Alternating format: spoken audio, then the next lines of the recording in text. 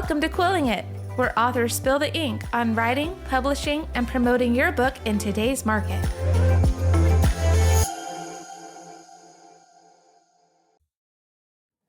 Hello and welcome to the show. I'm Paul Regner. I'm Lindsay Franklin. And today we are talking about book launch. The big question on all the authors' minds. How do you do it? So many different strategies. I've read like endless articles on how to do this, and I found some techniques that work and some that not quite so good. Lindsay, I know you've actually just finished a book launch just a few weeks ago, right? You launched the restitching of Emmeline Dulaine. Did I say that right? You said Emmeline right, but this book is the restitching of Camille Dulaine, her sister. So. Oh my goodness, I messed it up. I was thinking of the first book in the series. I'm so sorry. Yes, but you did pronounce that correctly. So yay for Emmeline. The restitching of Camille Dulaine. Okay. Yes. The lesser known Dulaine sister. So you just went through all this like just a few weeks ago. So this book launching is fresh in your mind. And the question, like for me, and because you're more of a planner, I'm a little bit more of an impulsive, promotion, marketing kind of guy. But you're a planner. So my question is like, how far in advance, when you have a book launch coming up, how far do you start planning? What's like the earliest things you start doing to get your book launch, to a successful place? Yeah. So some of this is really dictated by the fact that I am traditionally published. And so my publisher has a schedule with what we're going to be doing with the cover reveal, for example. So, and this varies a lot. There's no one correct way to do this, especially when it comes to timing. And recently, over the last couple of years, I've seen traditional publishers kind of shorten the timeline that they use for cover reveals and all of that. But for us at Enclave, the cover reveal is 6 months before the release date. So I need to You just made me nervous when you said 6 months. I'm like, really? Not 1 month? No, not 3 seconds before the book. I've seen that sometimes where authors are like, cover reveal next week, release. That's right. Just boom, let's go. That's me. You're talking about me. Which is not necessarily a bad thing because excitement is high. You kind of take advantage of that cover reveal excitement. So there are different ways to approach this. So as we talk through launches in this episode, we will be talking about what did and didn't work for us. But I just kind of want to add that caveat that there's different ways to approach. So with my cover reveal being 6 months before release date, I really need to start about 7 months before release date so that I can start getting street team signups because my street team is a really big part of my launch strategy. So 7 months before release date. Wow. So tell me this, because sometimes I get like the launch team for me sometimes like morphs into the ARC team, the advanced reader team. Like, how do you separate those two, or are they synonymous? Like, how do you categorize those? And do you like talk to those two groups differently? Yeah. So I have done this a little bit differently over time again. So I've had 5 novel launches at this point, and I would say each one has been slightly different for a number of reasons. And I kind of messed up, I feel, with my Emmeline launch because that was my first one back after about 4.5 years. Things had changed. I kind of was relearning and remembering, I guess, what this was all about. And so I sort of messed up where I didn't build my team before the cover reveal. So I did kind of have 2 separate things going. What I really prefer to do and what I did with Camille more recently is I built the team before the cover reveal. So I had my street team. I also had separate signups for people who only wanted to help with the cover reveal because a lot of people, like to do that, but can't commit to a whole launch season, which is totally fair. So I do build 2 separate lists, but really my priority is that street team list because those are the people who want to help with the cover reveal, want to help hype my pre-order gifts when those are available.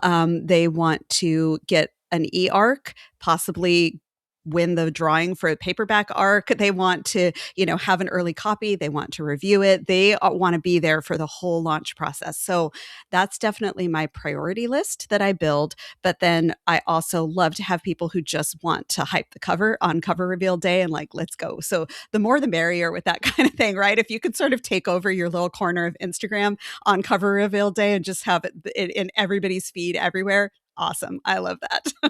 I heard a couple things in there that just gave me anxiety that I don't do. So, like, oh my gosh, that sounds like so many things. So, like, the two things I heard, maybe I heard this wrong. Did I hear pre-order gifts? Uh-huh. You send people gifts when they pre-order? What is that about? I don't even know that trick. That's another big part of my launch strategy. And it's actually one of my favorite things. And because for me, thinking about those fun little bits of swag and then getting to send those to some of my most hyped, most excited readers who are willing to pre-order. Because remember, when we're talking pre-orders, we are usually talking about a full price hardcover or full price ebook or something that people are purchasing, right? Mhm. And so when somebody is excited enough and cares enough to purchase my upcoming novel full price, knowing that if they just kind of wait and sit on Amazon, that's eventually Amazon's going to knock that price all the way down into the basement at some point, right? They're Mhm. going to, because that's what they do. They will have it for pre-order at full price. And then these days, within the first year of release, they're going to knock that price really, really low. Mhm. So I understand that it's a financial sacrifice for readers who really want to like get it on release day and they're hyped, they're excited. So pre-order gifts are a little way that I can give back to those readers who are, with me on this journey, just super excited to get my next story in their hands. So that is something it's super important to me. It's fun because I get to design things or hire artists to help me with things. And it keeps me sane during launch time because there's a lot of things about launch that stress me out, but getting to like make stickers is not one of them. I love that. So you're actually, when you say gifts, it's not an electronic thing that you can just email. You're talking about like something physical, like a sticker or like a Mhm. bookmark or something that you have to like mail out to people through Yes. snail mail. Wow. Yes, through like old school snail mail. And I will typically only do physical gifts for physical books. So for my Weaver trilogy, that would have been paperback. For the Rivenly Sphere, those were hardcovers.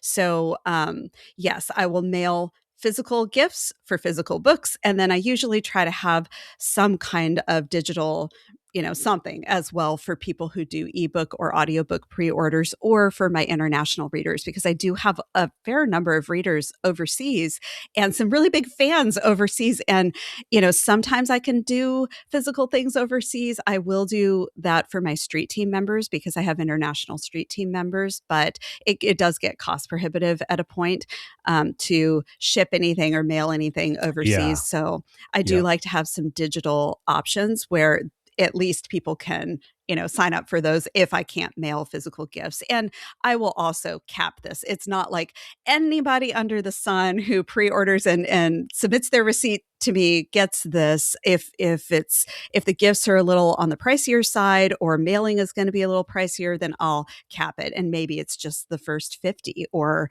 I've done significantly more than that, but it totally depends on what I'm mailing out. Right. So, you made me think of something else too, because there's a little bit of a, marketing debate on sort of to pre-order or not to pre-order, Mhm. right? Like some people will say like, oh, if you do a pre-order, it's going to mess up your launch day, launch week sales. Like it's going to eat into that. So you have less chance of like sort of skyrocketing in the Amazon algorithm if you're trying to get that, number one bestseller in this category. This is probably like a whole nother episode, but like what's your like initial take on that? So, my experience with that is that I have seen my books hit number one new release, at least on Amazon in their respective categories on cover reveal day and at any Hmm. point during the 6 months between Wait, during cover pre-order, it's reveal. doing that? Mhm. Oh, I didn't. I thought Amazon didn't do it until it was actually live. They must. I wonder if they changed something because that was part of the argument that I remember at least. Maybe I'm Yeah. thinking of an old argument that's not even there anymore. They may have done. They may have changed. They like to do that. Amazon likes to Yeah. change things up on us frequently. So it is possible. But yes, they will do that at any point when the Interesting. listing is live. And so our listings will go live at Enclave, usually like maybe if we're really on top of stuff, it's going to be like 3 or 4 weeks before the cover reveal. It'll go live without the cover visible. And then cover reveal day, the cover gets pushed through.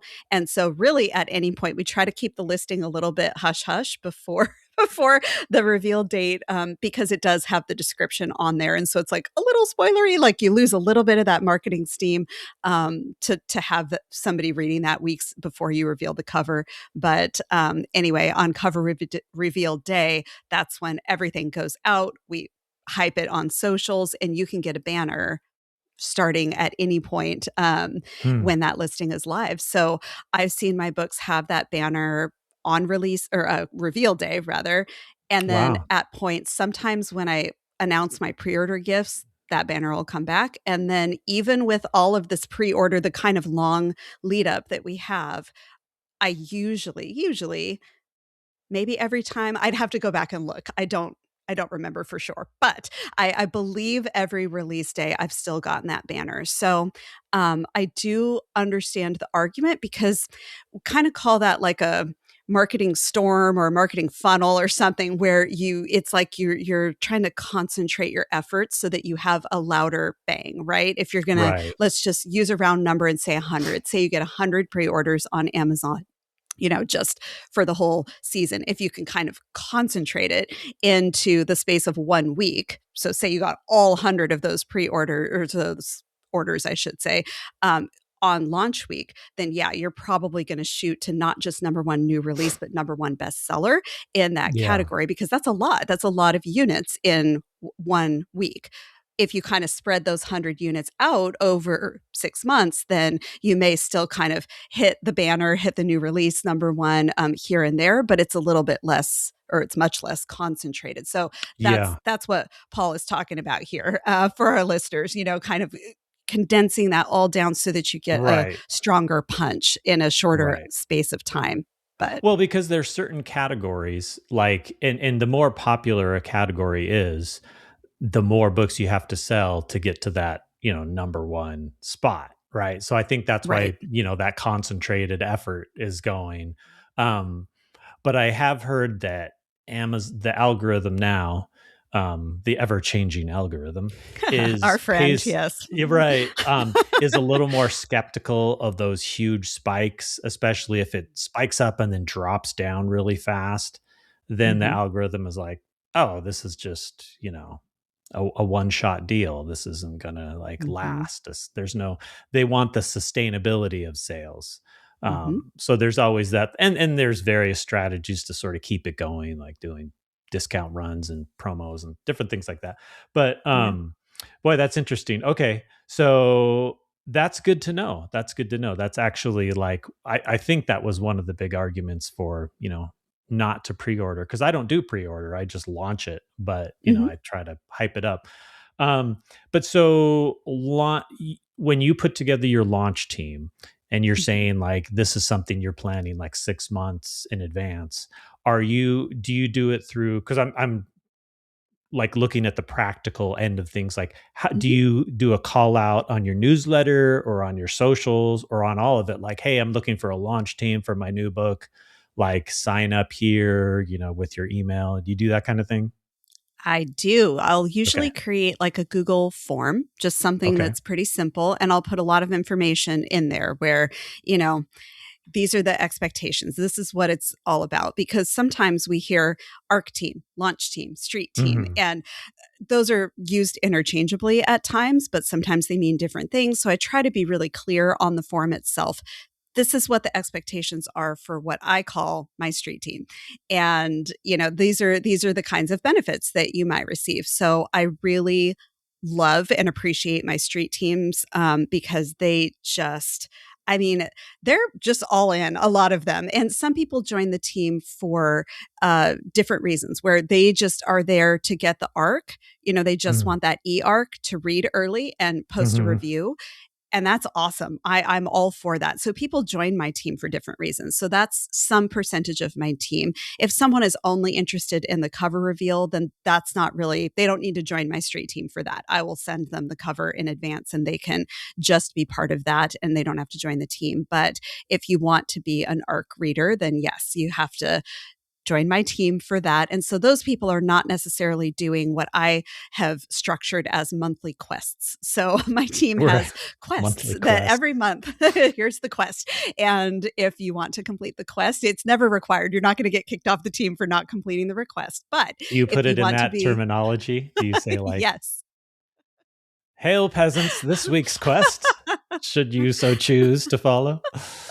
I have not gone quite that far, but we do have quests and we have side quests and stuff. So, yes. And that's really fun. See, this is why this stuff is just happy for me. It keeps me sane because it's just fun. Yeah. It feels, even though it is about marketing and it is about sales and it is all about that stuff, it's also just about having fun and doing kind of cute, exciting things. And that makes me happy. So yeah, I will outline some of those expectations for, if you want to do the quests, then you complete the required quest. That is your ticket into the monthly prize drawing. And then any side quests would count as extra entries. And so every month there's going to be a winner of that prize drawing. And some people, have been on my team for both Emlyn and Camille, and their names have not been ever drawn for the monthly prize, for doing the quest, but they're still there and excited and hyped up. So I know that it's like a nice incentive, but it's not really why most of the people are there. It's just kind of a fun extra thing that we get to do. So you have monthly prizes too? Uh-huh. Wow. There's a lot of prizes going on. And these are things you mail out as well? Yes, and these are kind of heftier. What is your stamp budget? It must be like to the moon. Postage. Yeah, they know me at the post office. Right. Hey, it's that stamp lady. Yep. She wants another book of stamps. Again, yeah. I always come in asking for weird things. They do kind of give me side eye sometimes. It's like, can I have the non-machinable, like weird little stamps? And I live in a small town, so they'll pull out this little like book where they store all of their weird stamps, the kind of abnormal ones, and they'll pull it out. Well, we have 20. I can give you 20. Okay, let me know when you have more. I'll take that 20. I'll be back in for another 40 next week or whatever. So yeah, it's suspicious. You're on their watch list. Right. They know me. There is something that's kind of interesting that I wanted to hit on, like your ARC team. When you have people sign up as your advanced, ARC advanced reader copy, you're sending them out an early ebook copy. And then I'm assuming you say like, hey, if you get this copy, please leave me a review on Amazon during launch day or launch week or whatever. What is your success rate with that? I'm curious, because I know for me, like, definitely not everyone that signs up and gets the free book actually follows through and leaves the review. What's your percentage of success on that? That is a very good question and is 100% a metric that I should be tracking. But I think, okay, so for me as a TradPub author, I collect all of those names. So I take my street team list and I submit that to the marketing director at Enclave. And Enclave is actually the one that sends out via BookFunnel, I believe. Yeah, BookFunnel. That's what I use too. Yes. Very commonly used tool for both indie and, traditionally published authors. So it goes out via BookFunnel, and I don't really have access to like the stats of who downloaded the book and any of that. So I don't see that piece of things. What we should do, since I just launched, and I could always ask Tracina, the marketing director, I could ask her and she would probably tell me those stats. But what I should do, since Camille launched, well, it's been a couple of weeks now, I'm just going to go see. on Amazon and on Goodreads, just the number. I'm not going to look at the star ratings, guys, because we've talked about this before. That is when I go to crazy town, when I start Yeah, fixating on don't the do star that. ratings. But Right. I can go look at the number of reviews that we have, and see, kind of compared to the size of my team, maybe how many people have followed through and done a review. So Interesting. I will do that in the background while we continue to chat and see. Do you, But yes, it is very common to not have everybody follow through on that. That is expected. so I'm guessing Enclave is the one that manages your book funnel account, or maybe they have like a master book funnel account for all their books. So, okay, I will tell you from the indie perspective, because I have my own book funnel account. And for people that don't know about book funnel is sort of one of those must have things. It's about, I think, at least I do the $15 a month level, which I Mhm. think is just above the base level, but it allows you to put up like ebooks that people can download, and they usually have to, you can set it so that they have to provide an email before they can download the free ebook, and usually do this to get those advanced readers so that when you do launch day, they will leave a review, because like that's the worst when you launch a book and you're like, when's my first review going to come in? And you're dreading like someone that hates the book. It's like 1 star. I'm going to torpedo this book before it sees the light of day. So Right. that's why you do this advanced reader team, and book funnel is the way to do it, because once you upload it, it kind of manages like sending it out in different formats to different people. And they deal with all the compliance and troubleshooting and all that kind of stuff. It's so worth it. But it also gives you the metrics of how many people signed up, how many people downloaded, right? So that's why I was asking you, because I know for me it's less than I thought it would be. So on average, I would say I get about a 50% success rate, which I think it kind of annoys me, to, if I'm being honest, because it's like, dude, you got a free book. All I'm Yep. asking for is like a sentence or two. Right. Like, and I'm not asking for like this glowing review. Just like, Sure. although if you Just hated it, something. I prefer that you didn't leave a review at all. So if that's what's going on, that's fine too. But you know what I mean? It's like, you just worked for like what, like maybe half a year on this book, or depending on Mhm. how fast of a writer you are, whatever, writing, editing, getting it all ready. So it's like, hey, I'm going to give this to you for free, just like to help support me. Can you leave a review on Amazon? Because that helps with visibility and whatnot. That's the Mhm. theory for ARC. But yeah, 50% is pretty like average for what I get for a response. And I always like, it always bums me out a little bit. Now I'm kind of like used to it. I'm like, yeah, okay, whatever. I got 40 signups. That means maybe 20 reviews. Mhm. It, again. So, but there is something I have learned recently, is it really depends on where you're getting your ARC readers, like Mm, that. mhm. When I send it to my newsletter, which is more of my core audience, I would say, like people that have Mhm. opted in and say like, oh yeah, we really like what you're doing, I'll get a higher success rate there. And then That makes sense. Instagram is going to be like a little less, which I would assume is most social media. I don't know if it was my last book or the one before, I tried Substack, and that got like this huge boost in signups, and I'm like, sweet, but that percentage was way low. I think that was like Interesting. maybe 20-30% Wow, of, interesting.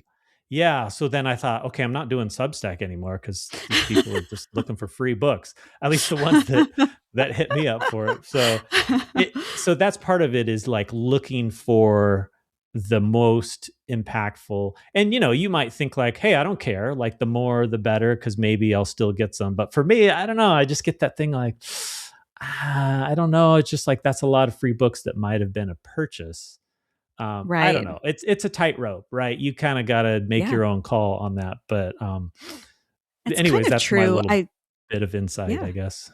I think that's really true about pretty much everything we do related to launches, where you have to kind of weigh the ROI on everything, Hmm. return on investment, where whether that investment is free books that you're sending out, that could have been sales, but instead we're going to do a free copy, hopefully get, a review and hopefully a good review. But yes, we don't require that. But when somebody's interested enough to say, yeah, I want to read an early copy, the hope is, yes, these are people who already know that they like my stuff or they're highly interested readers. And so those early reviews do tend to skew higher, not because we pressure our ARC readers to do that, but it's because it's a lot more self-selecting, I guess, where people who are already very interested or already know they're fans of yours are signing up for that particular thing. So that's why those early reviews always tend to be higher than once the book's kind of out there in the big wide world and somebody might stumble on it in some random way and it's a 2-star for them. That's totally fine. That is what happens. And it just means that your book is out in the wide world and yay, somebody organically stumbled on it. Yay. Yep. It's a good thing, right, guys? We love the 2 stars. So, okay, sorry, I went on this long rambling sidetrack about ARC readers, but that's an important part of the process. Absolutely. But so here we are, you've got your launch team, you're getting your ARC team, you're sending out all these mailers, which I never do. But, that's part of why you have really big launches. Mine have been a little more up and down. Like I've had good ones, I've had mediocre ones, but I would say you put a lot of work into it. And that sounds like it's really paying off, which is nice. But again, it sounds like you are really kind of enjoying the process, which is always a good thing that I keep in mind for any promotional marketing effort. Like you don't want to do something where you're just gritting your teeth and just like, oh, I hate doing this, because I think that'll probably show through. Yes. So, but you're actually enjoying it. You're sending out these cool little gifts, and it sounds like your launch teams are really appreciating all these cool things, even though you're on the watch list at your my post office. At your post office. What is she mailing? And then when I show up with the actual envelopes, like this last time I sent out because I was traveling, I launched a book and then hopped on a plane like 4 days later, which was insane. But I really wanted to get out pre-order gifts and my first round of Street Team exclusive swag, because that's another thing that I do. And so I had this like big box of envelopes and like different weights and different stuff and all these stamps on them or whatever. And the guy just looked at me like, okay, ma'am, what are you doing? And there were a number of my Street Team ones that were going. I had 4 international ones and they were going to 4 different countries. And I was like, can you just weigh these ones separately and make sure that I did the stamps right? And he's like, yeah, you're fine. Okay. I just want all the swag to get where it's supposed to go. But yeah, they think I'm nuts there, but it's all good. It's the stamp lady. Wrong. Look out. Yeah. Stamp lady, here she comes. Well, cool. Okay, so you're doing this, and then what would be the next stage in the launch process or in the launch preparation process? And where are we? Are we at like month 3 at this point? Yeah, so we've done signups prior to the cover reveal. Then the cover reveal goes out. Yay. And I should say with the signups, I do cap, because I know I'm going to be investing in my team. I want to offer, we have the monthly prizes and that budget kind of stays the same for me, but I do offer Street Team exclusive swag. So I have swag that's like, this is if you pre-order, you can do this. And my Street Team is eligible for that too, because those are some of my biggest fans, my most excited readers. So yeah, they're on the team and they're pre-ordering. They're amazing. I love my team. So they're eligible for the pre-order gifts, but I want to have something that's a little different, that is just for people on the team and little swaggy things. And so I know that I'm going to be investing in the production of that swag and then mailing it out. So I do cap the number of people on my Street Team so that I can make sure that the postage and the printing is not that big of a deal. Because, once you're printing 50 of something or 25 of something, it's not that much more to go ahead and print 100 or however many. So, and often way cheaper per unit to do that. So the printing is not that big of a deal usually, but it's the postage that will kill you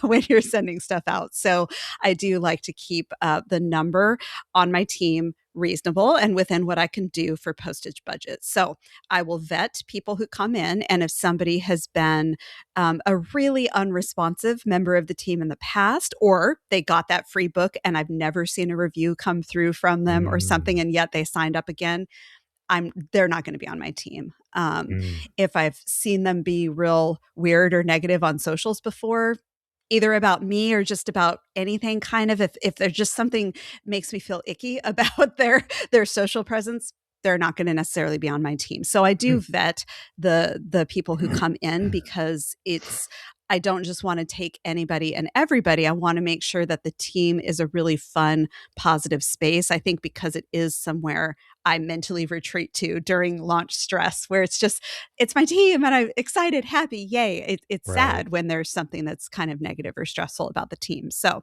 I'm Yeah. careful about that.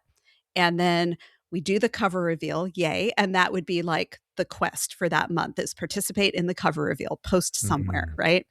And then over the next few months, I will come up with tasks for them to do each month. So it might be, for this book too, I should really pull up all of the quests because I have them written down somewhere. But for, this one, it might be talk about something that was your favorite from book one that you're really excited for in book two. Make an aesthetic like mood board post. Now that the cover is out there, there's some kind of visuals to work with, stuff like that, where it's pre-release and pre-arcs going out, so they haven't read the book yet. So the quests have to really make sense for the stage that they're at with the story, where they are excited for it. They've seen the cover, they've read book one, but they have not read book two yet. So we have to keep all of that in mind when I'm designing my tasks for them. So that's what we kind of do in the months leading up to arcs going out and pre-order gifts being announced. So that's kind of the stage that we're at with maybe like month 3. And then again, this is dictated by my publisher, but at Enclave, we usually have, the paperback arcs are created from the first draft of the typeset. So that comes out before the e-arc. So I will have the opportunity to order some paperback arcs, and my publisher provides some of those to me, and I can order extras. And that's something my team gets really excited about, where if I have 10 to give out to my street team, I will do a drawing. So I'll say to my team, anybody who wants to be entered into the drawing for a paperback arc, and this is exciting for them because for those who post on socials a lot, they now have a physical copy that they get to take a photo of. Yeah, and that's it nice. gives them something concrete to use in their content. And that's really helpful for bookstagrammers and such. So they get real hyped for those paperback arcs, and I get to do a drawing for that and mail those out. Those can go media mail, so I don't put stamps on those. We've got our little labels and send those out. So the post office doesn't look at me weird when I bring in all of those books to send out, because it's just less strange, I guess, than these envelopes with a billion stamps on them. But so that we do, I want to say that's about 4 months before release. Okay. And then the e-arcs kind of go out the next month after that, because that's like the final ebook at Enclave anyway. We do our e-arcs. It's like the finished formatted ebook copy, and that goes out to the entire team. So everybody gets that, but only a handful of people get the paperback version on my teams. Okay, so you've got the signups, you've done the cover reveal. So are you revealing the cover 3 months before launch? Is that, 6 did I get that months. right? 6 6 months months. before launch? I know. Wow. It's a pretty long lead up. And some traditional publishers have kind of condensed that process. It really depends. And this I is always just do what like we a do. month. I'm Yeah. surprised that 6, because my fear is that like in 6 months, people will like completely forget about it. But I guess it Yes. sounds like you're sort of like continuing this momentum. That's just like the first match you throw in the fire, and then you're like, Right. hey, like I've got all this other stuff. Here's some gifts, and follow me and do these quests and all this kind of stuff. So you're kind Yes. of continuing it, where I don't have all that extra momentum where I'm like, okay, here's the cover and next month it's coming out. Which is valid. Like we said at the beginning, that is a really valid way to do it. And honestly, even with as much as I love to do my street team stuff, if I were doing this indie and fully in control of every part of the process, I would probably do maybe a 3-month lead up, I think. Oh, really? 3 months Okay.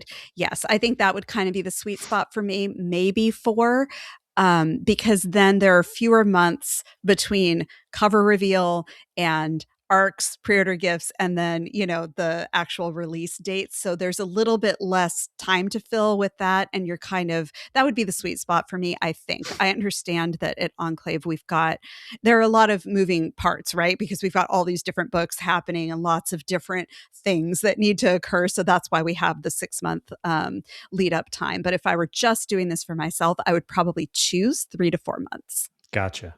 Okay, so I'm going to rewind just a little bit before we continue because I'm curious for those that, let's say there's someone out there that's a newer author and they just like, oh no, this is my first book.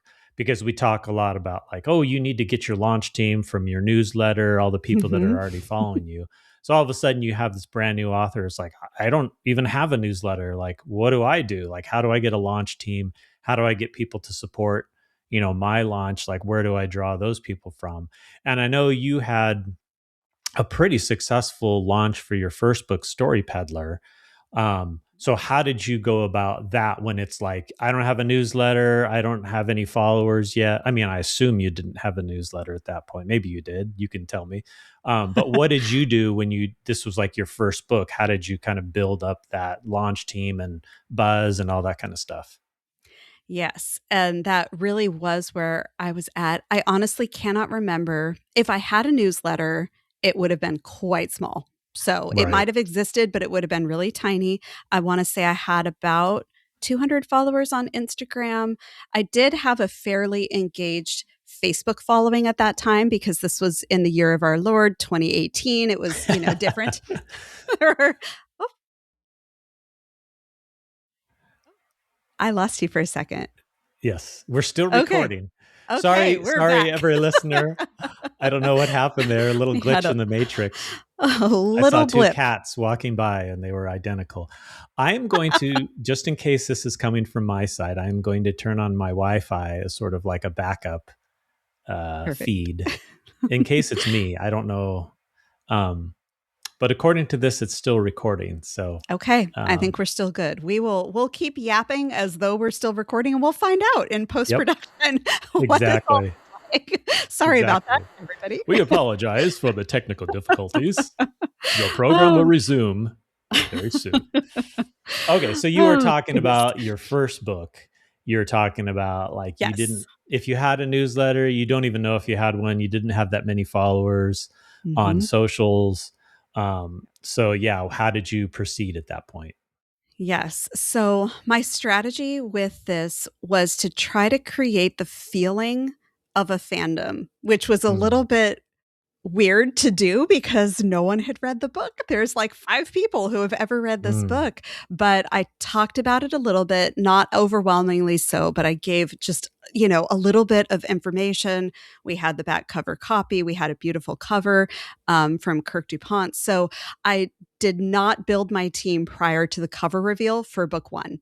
mm, That is something that I do now because I do have more of a following on social media. I have readers, and so it's a little bit different. But for book right. 1, I'm pretty sure that we had the cover was already out there, the back cover copy or the blurb or the description, whatever you want to call that. It's all the same thing. The copy on the back Yeah. was out there so that I could start to kind of hype that up. Mm, And I really wanted, this was my thing for this book. I really wanted to be able to give everybody a paperback copy of the book. If they were on my team, they were mm, going to get a paperback copy. And I don't think that they came to me first. I feel like maybe the publisher sent them out. I might have sent them out myself. Gosh, it's been a minute now to try to remember all of the details. I might have sent them out myself. I can't recall. If I sent them out myself, then I would have signed them before sending them. But I had a certain amount that I was going to get for free based on my contract. My publisher is going to provide X number of paperbacks. And I said, okay, I need to keep my team small enough that I can send a paperback to every single person. And I wanted there to be kind of a fun swag thing too for pre-orders and just all the things. And I think probably everybody on my team also got that swag. And I wanted to create the feeling of like, I'm trying to think which fandoms were really big at that time. Harry Potter was probably still a really big fandom, but kind of, creating that vibe of like fans and people who are excited to get the little swag things and what have you. And I thought, okay, most of the people who sign up for this are probably going to be my friends and people who have, been on the journey with me. But half of my team who ended up signing up were people who I didn't know personally. They were Half. Okay, readers. that's big. Half, Yeah. yes. And so my team was pretty small, but it was like 40 people, and 20 of them were like brand new to me people. And they were Wow. readers, they were reviewers. So I had posted about it on Facebook. I think I probably posted about it in groups that would have been interested, like the Realm Makers group on Facebook or something. Sure. And I would have, yes, put it out there on Instagram. So I would have done all the normal channels.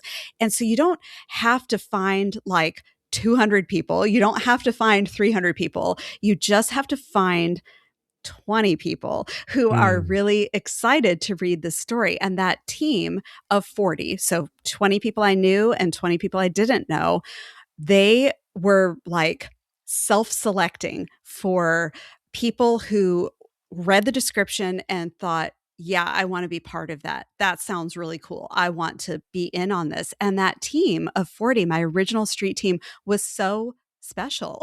And it was such a like cool group. I started a Facebook group, like a secret Facebook group that was just them and me in there. And we would chat frequently. And so I know Yeah. Facebook groups are not necessarily the thing anymore, but if you've got a small, kind of intimate, very excited fandom type team like that, some platform where you can build community, I think is a really excellent way Yeah. to launch that debut book out there. So whether that's a Discord server or whatever works for you, some kind of group chat somewhere, whatever platform Yeah. makes sense for you and your team, that would be kind of how I would recommend doing that, where you've got this, like, it doesn't have to be big, it can be small but mighty. And this team that is just, they really feel like they're going to love the story. And a lot of them are correct about that. And then just organically, they get out there and talk about it and they spread the word. They recommend that book to all of their reader people. Or for me, because I write YA,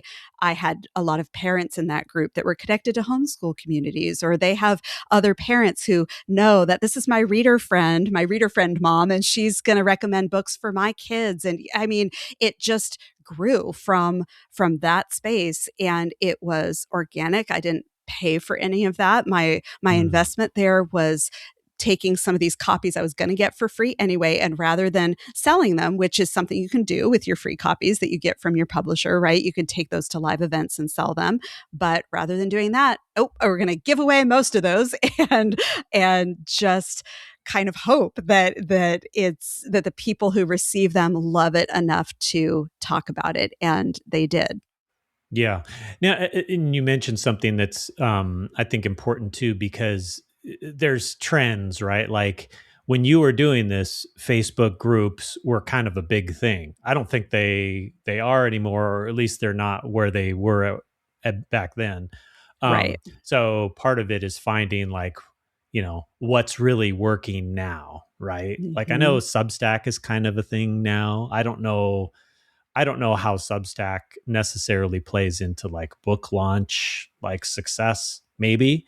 I haven't used it enough to know. I've done little things where I'll do like, cause you can record like a little video or something like, hey, here's my new book. Or you could send out like a newsletter, cause you kind of have your own, quote unquote newsletter on there that you're sending out, which is almost like a secondary kind of supplemental newsletter to your main newsletter. I wouldn't say use that as a replacement, because I don't know, it works differently. But yeah, so at the time, Facebook groups were good, and you had a Facebook group that was really vibrant, and that really helped in that initial launch.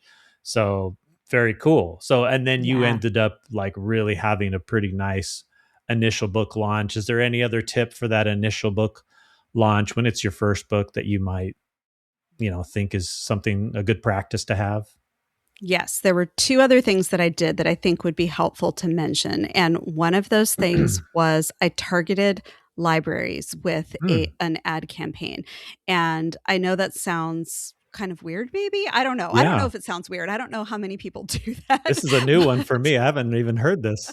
yes, I made little postcards, and it was like, you know, very brief. There's not much you can fit on a postcard, especially if you're going to feature the cover, which you should. You have a beautiful cover, you want to feature that on there.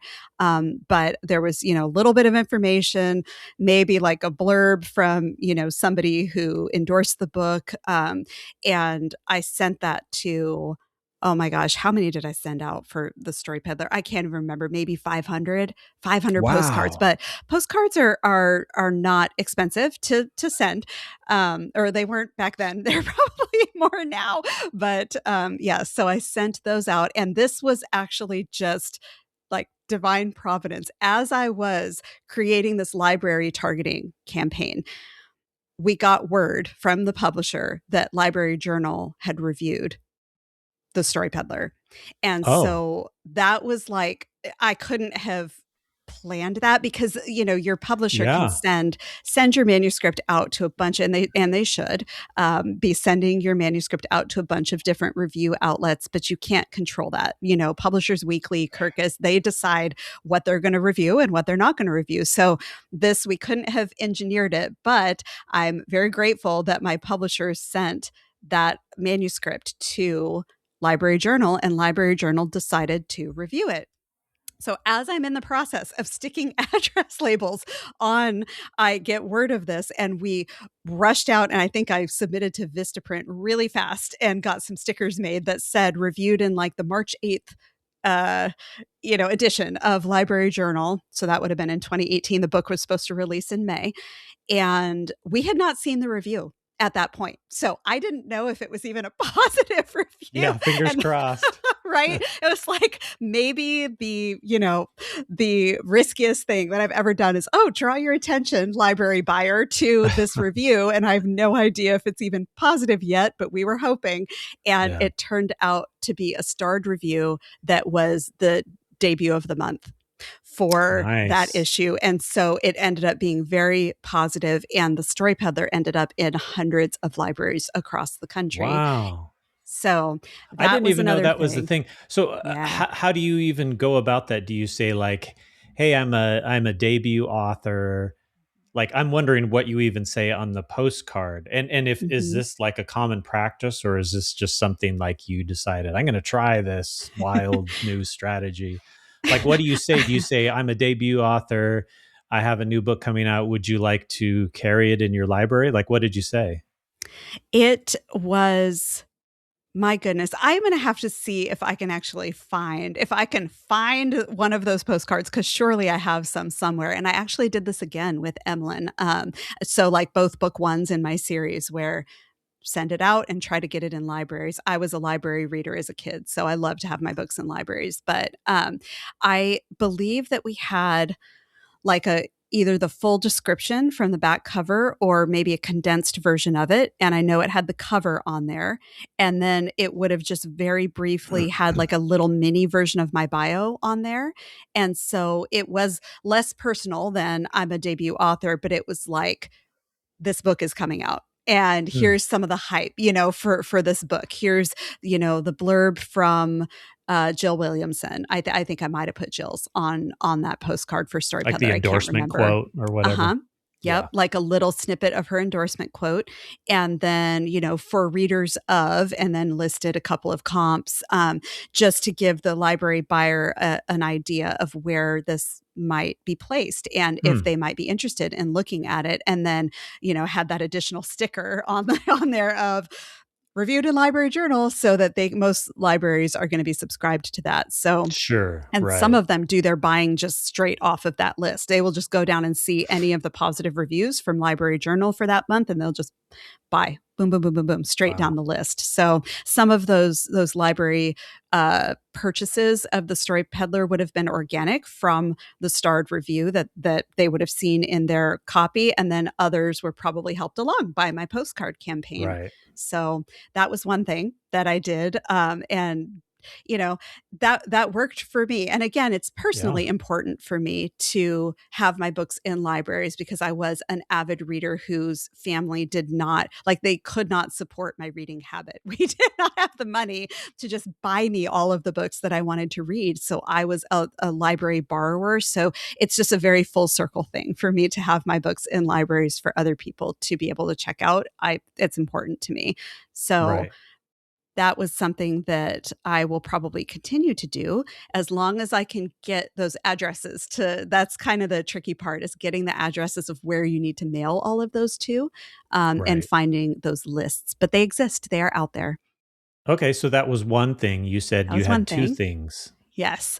The other thing I learned with the Story Peddler, I was so excited because my dad, who is an artist, he's an illustrator, and he actually drew the maps for all of my Weaver Trilogy Oh, books. wow. So, That's which was cool. super cool to have his art, especially in that series where art is magic, and Yeah, was so yeah, yeah. inspired by my like childhood standing next to his drafting table and watching him draw, so it was very cool Oh, to have another full circle moment to have yeah. his Sentimental maps. too. That's so Yes, cool. very much. So I thought it would be really cool to do like the map art printed on kind of parchmenty looking paper, Mm. as one of the pre-order goodies, which love that for a pre-order goodie because it's super cheap to produce. It's basically just a copy, like, or a black and white print essentially at, Kinko's or wherever. Does Kinko's still exist? Yes. I don't know. Office I Depot. That's where I know. go. Oh my, I just aged myself, I think. I FedEx, Kinko's, remember that's still a Kinko's, thing, right? uh, anyway, as I far as I digress. know. um, so yeah, it's super cheap because whatever the cost of just one single black and white print is, you just print it on that nice paper. And so very easy to create that piece of swag, and it looks beautiful. Right. However, that was a full, size sheet of paper that I was printing. And so then I had to mail that out, and you don't want to mail it in something where it's going to get bent or whatever. So I ended up with these full size 8.5 by 11 Oh my rigid mailers goodness. that I had to send out. And so that was kind of pricey. You're They were expensive to mail. I feel like you're single-handedly keeping your local post office afloat. Like, you're like their number one That was a contributor. mistake. That was a mistake. And so I learned that after that point, Sounds expensive, yeah. it was pricey. But again, that was my debut. That was my first launch. And so the Yeah. numbers were much smaller. So it's not like Oh, we right, we right. didn't we Yeah. didn't have to like put out a second mortgage on the house. It was fine. It was Right. still kind of within budget because it was a much smaller number of things I was sending out. But I thought, okay, next time I am going to make Yeah. sure everything I send will fit in a 4x6 envelope. And so for every launch thereafter, I have done every piece of swag that I send out for pre-order gifts and ideally for my street team swag as well. Everything will fit in a little 4x6 envelope so that I can use standard stamps, and Yeah. it's just a lot easier, a lot more cost effective. Yeah. Gosh, I'm thinking like you would probably be so great at a Kickstarter campaign because, Mm. those are all about all the extra little swag and gifts and tiers of like, hey, if you start, join me here and you'll get this. And you know what I mean? I Which is love those. an episode for another time. But like, Yes. it sounds like you're almost already doing that with all these things. So, I would um, love that. okay, so good. That's good tips for like the first time author. If you're really excited about buying a lot of stamps and envelopes. Um, but so let's go back to where you are now. You're at sort of, I guess we stopped at like the 3-month mark. You've done your cover reveal, you've got your launch team, you've got your ARC readers and all this. So now where do you go as you're pulling it into the second half of your launch? What do you do at that point?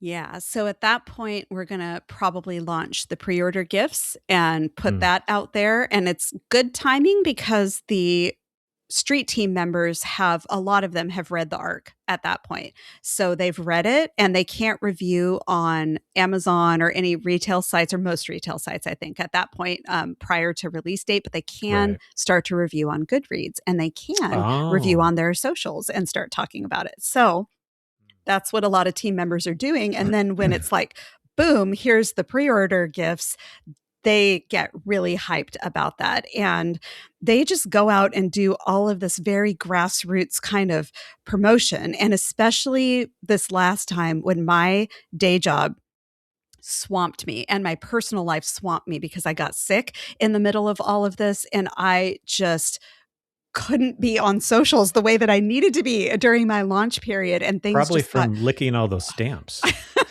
Yes, I picked up, hand, foot, and mouth disease from licking all the stamps. No, that's not what I had. But I did have COVID. That's what I had. Oh, boy. So, yeah, no, I did not lick stamps and send my COVID off to people, though. I did not do that. I promise. I would not do that. Your whole street team got sick. Oh, my gosh. That's awful. I'm like sending the measles in the mail. Ugh, terrible. No. I will not ever. Yes. So my team was so instrumental in keeping the conversation going online, and I could at least like share their post to my stories or repost some of their things. When I was sick and down for the count, I just couldn't. And so that was really cool. And yeah, I love to hire artists during that phase and get just really, really beautiful stuff that I know my readers are going to be excited about. So this time I did character art for my kind of main couple in this story or in this series, and people flipped out over that. And then I had another artist design a sticker for Frank the Wyvern, which is she's a fan favorite character, even though this wyvern has not one line of dialogue or anything. She doesn't speak, but she's very sassy, even though she can't actually say words. And she became a fan favorite immediately with book 1. So I thought, okay, book 2, we definitely need some Frank swag. So it's just, that's all super fun. And so that kind of comes after we do the arc stuff for the team. And then we just go hard on doing endorsement reveals, continuing to push the pre-order stuff until I run out. It depends on how much I produce of it. And that changes. Sometimes I have a really limited amount of pre-order stuff that I'm going to do if I decide to do something pricier. Or this time I kind of went a little lower key where I had a significant volume, and it was like, okay, anybody who wants to, I could probably meet the demand for it at this point. So yeah, it just kind of depends on what I'm producing and where the spirit moves me with what I decide to make that time. If it's, if it's going to be art prints or stickers, or gosh, what else have I done? I've done all kinds of things. And book plates are always part of my pre-order swag thing, because those are just stickers and really easy for me to sign. And then people can put that in their hardcover that they pre-ordered. Yay. So yeah, that's kind of what we do. Yeah. And I'll do endorsement reveals. That kind of keeps the hype going right up until launch day. And then. And is this on socials, on your newsletter? Both. Yeah, like both. What? Okay. Mm-hmm. Okay. Yep, kind of everywhere. And I try to keep some things exclusive for my newsletter, sometimes offer them a little something extra, because like you said, I think of those as my core people. Although sometimes I know I just have some very peripheral kind of interested people. Maybe they signed up a year ago for a giveaway or something. We were doing a big giveaway, sign up for my newsletter, and then they decided to stick around. So some people on my list have never even read any of my books, but I have a lot of my core readers there. And so I like to maybe have something a little exclusive there, or that's revealed to them first. I like to reveal things there first and then go wide with it on socials. So just kind of managing those different communities and making sure that everybody feels appreciated in that space where I have them, because I really do appreciate them, because all of these strategies that we're talking about today would not be successful if nobody was listening, if nobody cared about what I was saying or what my team was saying. And so I really do appreciate the people who are there on my socials or commenting on my posts, or have given me permission to send emails into their inbox. With how many emails we get these days, oh my gosh. My goodness. Yeah. Right. Right. So it sounds like at this point you've got people doing like the pre-orders.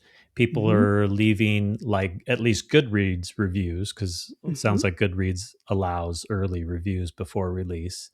can't do it on Amazon till launch day. And then you're posting and sending your newsletter with endorsement quotes. And do you do that thing where you kind of give a line from the book or a little passage from the book, like, hey, here's one of my favorite passages in my upcoming book? Do you do that kind of stuff too? I do. So if ideally, if I were on socials during my launch as much as I wanted to be, then yes, I would be doing that. I will give assignments like that to my team, like pull your favorite quote and post that on socials. Like that might be a quest for that month, or a side quest for them to do. So that's also, yes, effective. And something else I want to say before I forget is that all of this stuff that we're talking about leading up to, you can also do a lot of this after the fact. It's not as though, oh, my book is launched and now Right. that's Yeah. it. It's over. No, because of exactly what I mentioned or alluded to earlier in the episode, where I talked about how Amazon will have, and other retailers too, but Amazon does this the most, where they will have it for pre-order at full price, and then they over time will drop the price super, super low. This is what they have done with books for decades, and why so many bookstores have gone out of business, because they can't compete with those really, really low prices that Amazon will put on those books. Are you So saying that price drop? I don't quite Mhm. understand. Are you saying for the ebook, for the paperback? What are you saying? No, for the physical books. So For the for paperback ebook, and the hardcover. yes, paperbacks Okay, and because hardcovers. on the Yes. indie side of things, I I set that price and it doesn't automatically change. So what Yes. it does this did they arbitrarily do it for traditionally published books? Yes. So Oh, we are okay, in that's interesting. I control. didn't know that. Yes. We are in control of our ebook pricing. So Huh. if there's ever Yeah. an ebook sale, that's something that we as a publisher are running, that we want to drop this price. We currently have Kathy Tyer's ebook box set for her Firebird series is Right. $7.99 for, the month of February, as a reader appreciation thing, and leading up to her launch of her new series next month. So that's something Mm, we designed. When it comes to physical books, so whether paperback or hardcover, we set the retail price, and Amazon keeps it the retail price throughout the pre-order period, and then they control the price after that. So when you see, and they do this to all traditional publishers that I am aware of, you see it on super gigantic big name bestseller authors out there, where you'll see a paperback for like $2 of their book. They drop it wow. super low. And Amazon's pricing strategy has always been that books are their loss leaders. So when you look at that and go, Oh, how can Amazon possibly be making money on those books? The answer yeah. is they're not. They're not. That Huh. is not the strategy. The strategy is price the books beneath what they're paying for them. Okay. So Huh. they lose money on every one of those sales, but train the consumer to shop exclusively on Amazon for books, but also Books. everything. So Everything. that's interesting. I wonder why they allow indie publishers to lock in their prices and have full control over that. I And they don't, feel as because though, I would yeah. imagine they would just have some stipulation like Amazon reserves the right to adjust your prices whenever they feel like it. You know what I mean? Like, and what Right. are you going to say? You'll say, okay, because you're Amazon and you can push me around, I guess. But like, they don't. Like, I set my prices and it stays there until I even set my prices for different countries Hmm. to the penny and it stays there. And because you That's get how a it is with ebooks percentage. for us. Hmm. Yeah, that's so weird. Wow, I didn't even know that. What a trip. Yeah, I think they treat indie authors and traditional publishers quite differently. They interact very differently, but there's both positives and negatives on, both sides, or each side Mhm. of that equation, where some things that they do to indie authors are really, it's really tough over there, and then, some stuff that they do with traditional publishers really tough over there. So this is one of those things that's Huh. really difficult, where You'd think because they'd give preferential treatment to the big publishers and all us little peon indie authors, they'd be like, "Hey, you just gotta take the crumbs that we give you." So that's really interesting. Wow. How yeah, cool. Point one for indie authors. And it does depend on the way that the publisher's contract is set up. So it depends on, like, we are not necessarily making our percentage off of whatever they decide to charge for it. We're going to make the same as the publisher. So whatever rate we've negotiated with them, that is what they pay for our books. So that's why I say they lose money on it. That's Yes. there's the There it catch right is. there.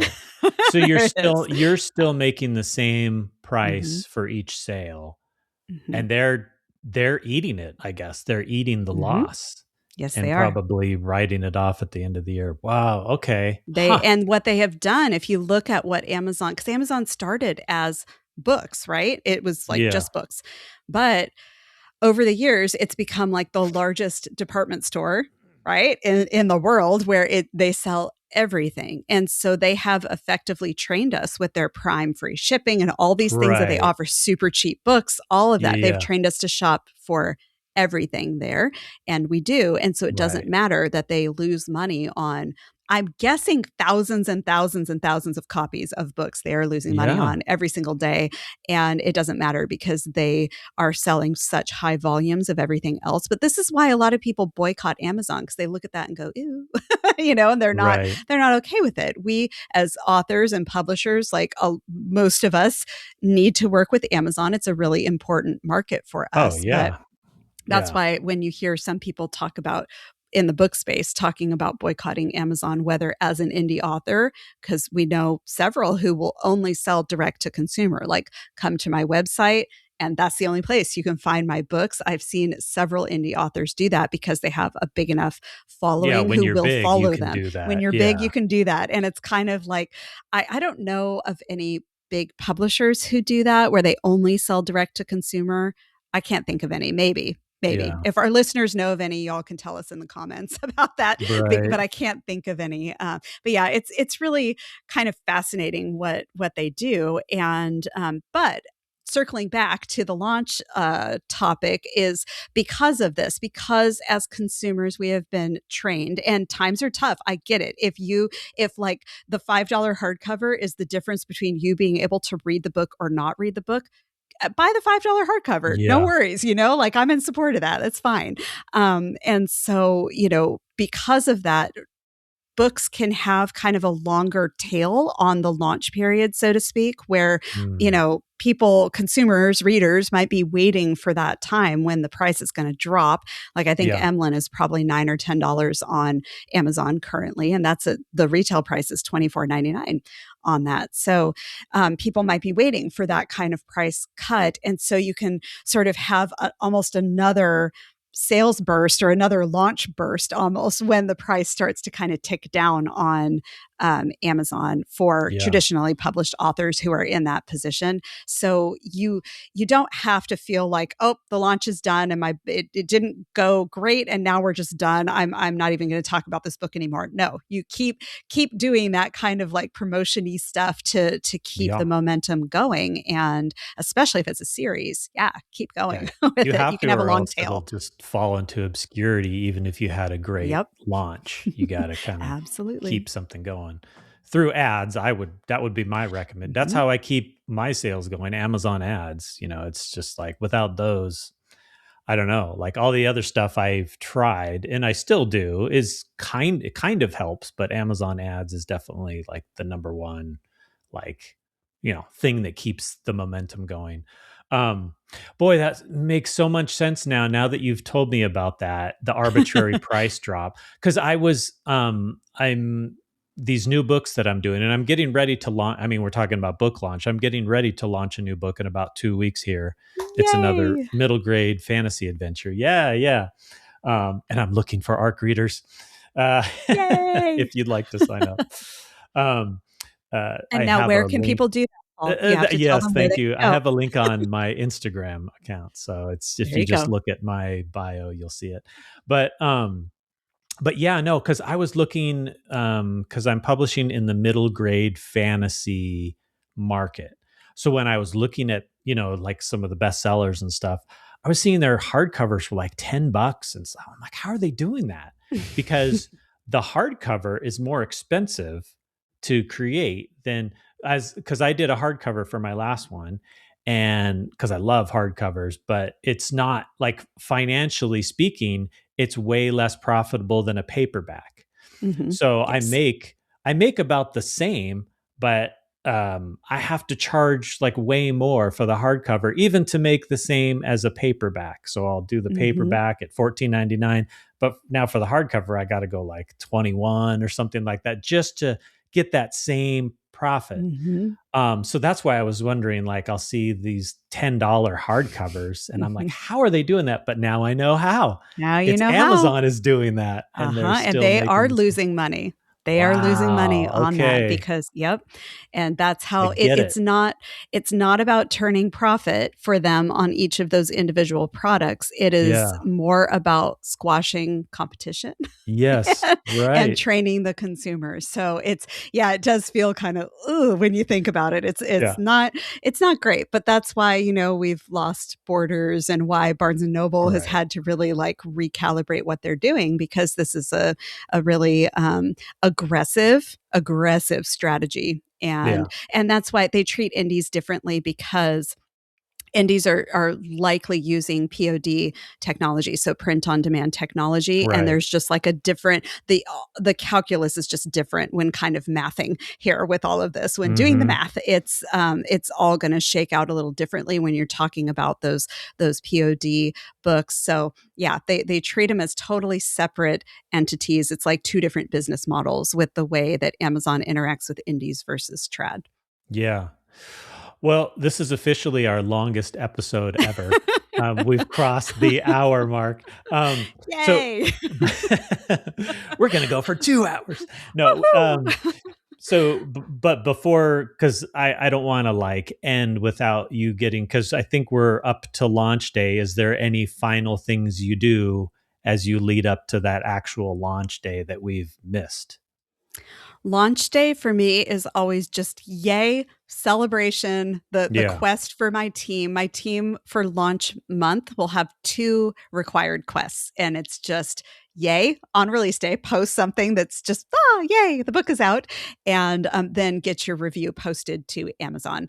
And I figure it's okay to have 2 required ones for that month, because those are both pretty like expected. And if they've already written the review for Goodreads, super easy to just go, oh, book is out now. I can go copy paste over on Copy paste. Amazon. Yeah. Yep, that's pretty easy. So that's what we do launch day. I will do different ways of celebrating on launch day. It just depends, if I'm going to do an event at a bookstore, or with Emlyn, I did a live stream Q&A, and I did that with Morgan Bussey, which was super fun. And we Huh. had readers submit questions in advance. So that was really fun. This time, because I was traveling in 4 days after, it was very low key. And my big event that I'm doing for Camille is we're going to do a spoiler chat Zoom call in April. So that gives everybody time to read it if they were not on the ARC team or the street team and just got their books in February.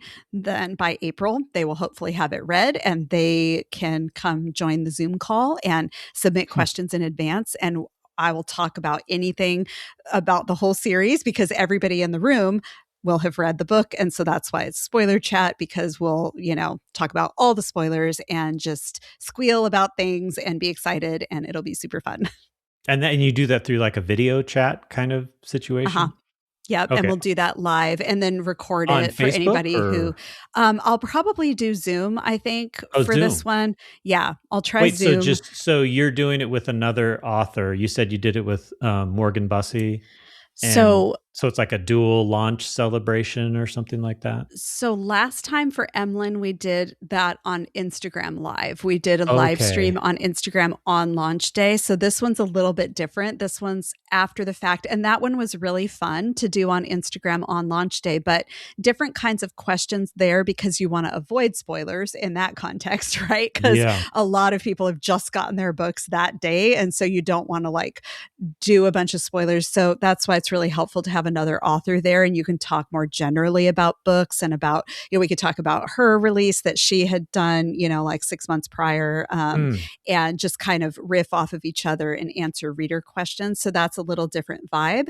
With the spoiler chat, it's going to be like deep diving into the story. So any questions they want to ask about, why did you decide to have them jump into this sphere? Or how did you come up with the Oh, idea for whatever? wow. They'll ask real specific questions about this series. And I can deep dive because it's private and on a Zoom call.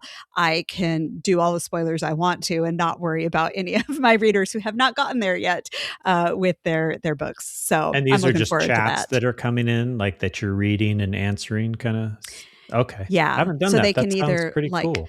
yeah, it's fun. So they can either ask questions in the chat right there live on the call. And also when I send out the link, so I'll send out an email for this that has the Zoom link. I will also have a form in there, like just a Google form, really simple. They can just submit questions through there. So I'll have some in advance and some will come up live. And, maybe I'll bring people on screen to have them ask verbally, just whatever seems, right in the moment I'll do. So Yeah. it's a really cool thing that doesn't require a ton of advanced prep. I just have to make sure I get the link out there and the forum out there and make sure logistically all of that works. But as far as just talking to people, it's just answering questions for 90 Wow. minutes. I'm going to do like an hour and a half and yeah, it should be super fun. Dang, that's So cool. Hopefully no one yeah. says like, what's up with this plot hole in chapter 5, and you're like, oh, I darn it. mean, yeah. Okay, we'll fix that in the paperback. Right. Oh man. Well, very cool. And then any post-launch things other than just kind of keeping that momentum. Like my advice was the ads and Yes. I see people We're going to doing do a like whole episode on that. okay, is that like a whole Yes. nother thing, the Oh, post-launch yes. stuff? Oh, yes. Okay. And I'm going to be picking Paul's brain on that one and interviewing because I have no clue. And that's something that we need our resident indie author to educate us on. So Yeah, I'm excited wow. for that. I mean, gosh, after all these things you did, like I'm like, wow, I'm way behind the 8 ball on this because I don't do half that stuff. And you're talking about celebration video. I'm like, I'm celebrating with like tri-tip and potatoes at the end. I Yes, guess I do should that live too. stream like, hey, here's my steak dinner. You Celebrate you with know me. what? Get your own steak and You should take a photo and post that and be like, celebrate. Here we go. right. Have the book Yeah. with you See, in the I don't steak think of photo. those things. I don't know what it is. Like, or I think like, oh, this is so lame. Like No. everyone's going to think this is stupid. Why would I do that? But I will tell you, like the thing that I am interested in doing and that I may do is, the whole AI video stuff, which is Uh-huh. like crazy what it can do now. I was thinking about doing some book promotion stuff with that, where you can video yourself, like just running through a field or something.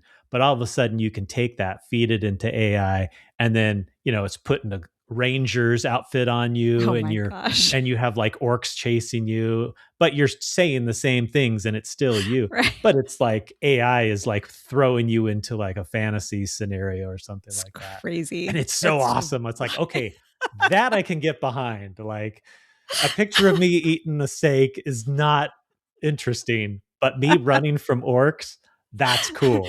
There you go. That's So the one. that may be my thing. We'll see. I haven't tried that, but that's like my newest, thing percolating in my head.